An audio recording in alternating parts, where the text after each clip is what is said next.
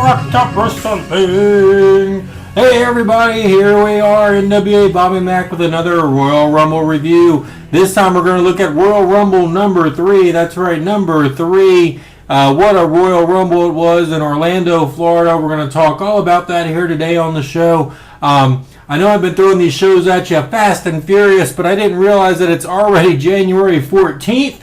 It's January 14th. The Royal Rumble for this year will be just around the corner in about 2 weeks.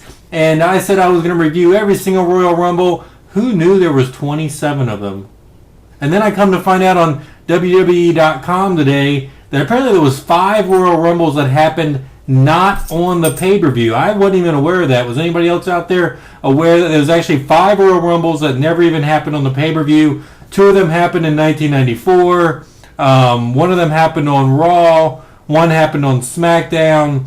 And then there was a tag team version of it as well. I believe that one was also on Raw. So some interesting information that I found out today on WWE.com. Don't forget to click our link. Let's keep our podcast free, like all those other guys keep saying. So I'm going to throw a link button down there on the screen. Make sure you touch it with your finger so we can go. That'll bring you directly to our sponsors link. So like I said, once you see the link on there, just go ahead and touch it with your finger, your monitor on your screen. That'll bring you directly to the link. And that helps keep this podcast free, puts a little change in our pocket, and we do appreciate that. So without any further ado, I know I'm showing a lot of shows at you a lot this week, just one on top of another. So here we go with Royal Rumble number 3, the Rocky Top Wrestling Drunken Wrestling Review. So I'm looking at Royal Rumble number 3, out of Orlando, Florida. This one had music, and let me tell you, that's the first time that music was involved at the Royal Rumble, and the music was only involved though for the first 3 people that entered the ring. So the first 2 that entered the ring was the $1 Million Man, Ted DiBiase, and then Coco Beware. And actually, let me correct that. It was after $1 Million Man, he entered with his music. Coco Beware entered with his music.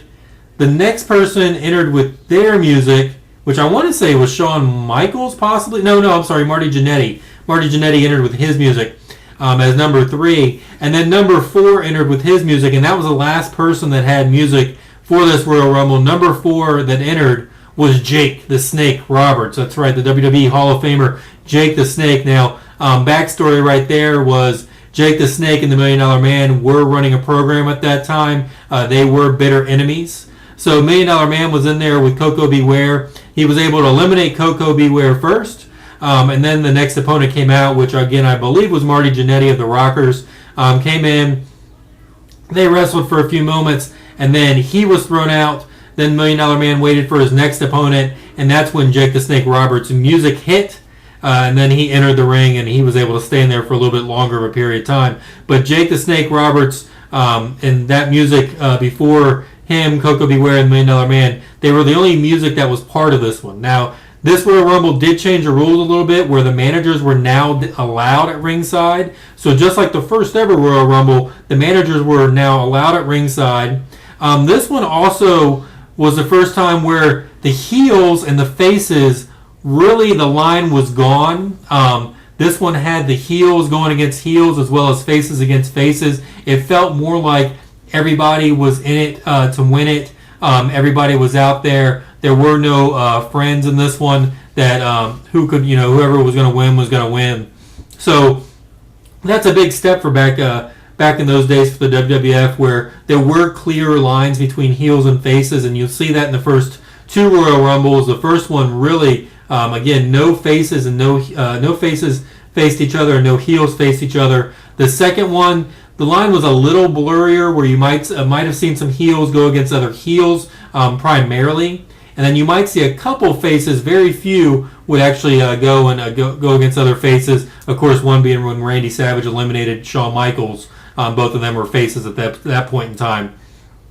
But this one, really, the heel and face angle was gone.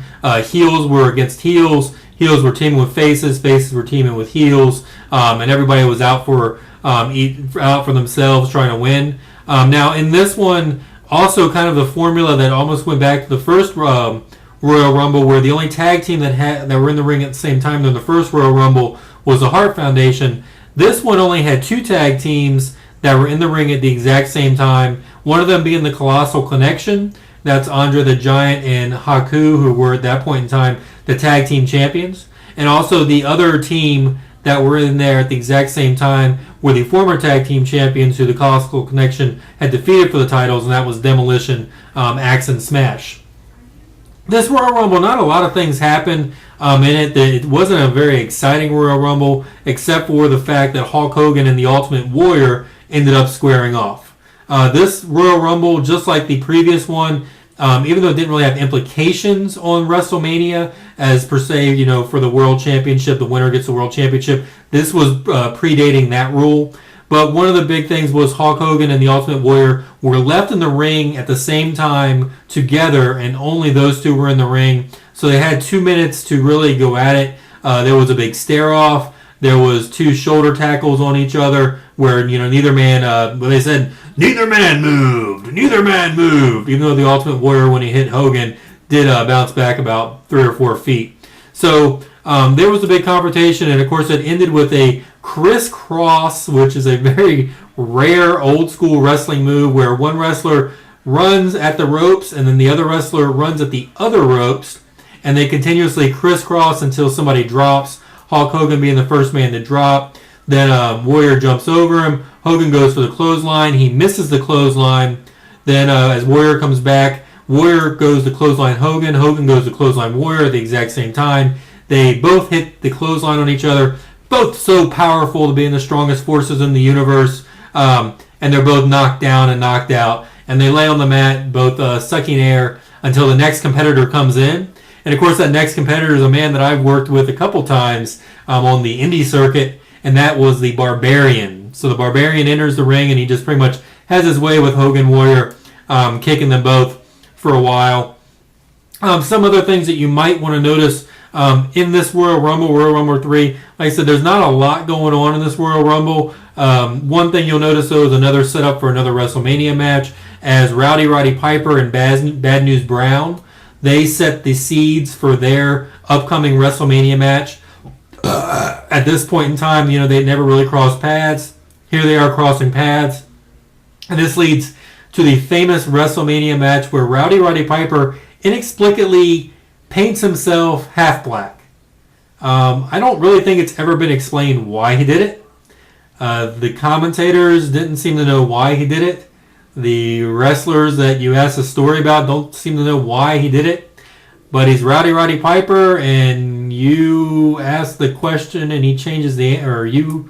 Every time you think you know the answer, he changes the question. He's been saying it for 30 years or however long since that movie They Live has been coming out, and he said it on Piper's Pit, and he just sticks to that. I highly recommend, if you want to torture yourself, go listen to the Roddy Piper podcast, Piper's Pit on Podcast 1. And I'm getting off subject here of the Royal Rumble number 3, but that's my bit right there on Roddy Piper and Bad News Brown, setting up their big match as they fought to the back. Also, something you could be on the lookout for in this one, if you look down at ringside, you'll notice a former Royal Rumble competitor is out there. Dangerous Danny Davis, a member of Jimmy Hart's Hart family, was actually in the 6-man tag team match at WrestleMania number 3 with the Hart Foundation and Dangerous Danny Davis versus the British Bulldogs and Tito Santana. But he's down at ringside. The wrestling referee is back to being a referee. And if you look out there, you will see another referee that you could possibly recognize. This referee is very famous, actually very rich as well. He works over in Japan currently. And that referee is none other than the owner or co-owner of the WWF, the son of the chairman, Vince McMahon. Shane McMahon is outside refereeing in this Royal Rumble number 3. Last 3 competitors inside the Royal Rumble in this one. This is the year that Hulk Hogan wins his first Royal Rumble, was first of 2 in a row. Spoiler alert for Royal Rumble number 4 when we do that one. But the last 2 guys that Hulk Hogan went against, 2 best friends, and that's something that nobody knew about at this point in time, but 2 guys that actually went to the same high school together. 2 guys that unfortunately have both passed, but 2 guys that everybody knows as lifelong friends, and that's Ravishing Rick Rude and Mr. Perfect Kurt Hennig were the last two men in the ring with Hulk Hogan when he goes on to win his first ever Royal Rumble, his first of 2 in a row. So what you gonna do when Hulkamania runs wild on you, brother? Hey everybody, we just want to say again, thank you for listening to Rocky Top Wrestling's Drunken Wrestling Review. We appreciate all the comments, we appreciate all the subscriptions. Of course, by saying that we appreciate it, I actually mean I hope that you guys one day will actually subscribe to us and actually leave comments for us. We want to hear your thoughts about it. We know that one of our shows have gotten like 80 plus listeners, so I'm not sure how many times my grandmother and my mother listened to the show, but it must have been a lot. But there were some other people out there that it seems like they might have listened to it as well. The coming weeks, I'm going to be talking to my alleged partner here on Rocky Top Wrestling Drunken Wrestling Review. That's right, the man who came up with the Rocky Top Wrestling name, the young gun, the king of Carter County, the librarian, Cody Isis. That's right, Cody Isis will be on the show with me. We're going to be knocking back some beers and talking about professional wrestling, as well as we're going to keep reviewing the Royal Rumbles. We've reviewed a few of them already. I don't plan on stopping reviewing the Royal Rumbles until we get them all done. So again, everybody, we do appreciate you listening to Rocky Top Wrestling Drunken Wrestling Review. We will hear from you. We will see you all very soon. Thanks again. Good night.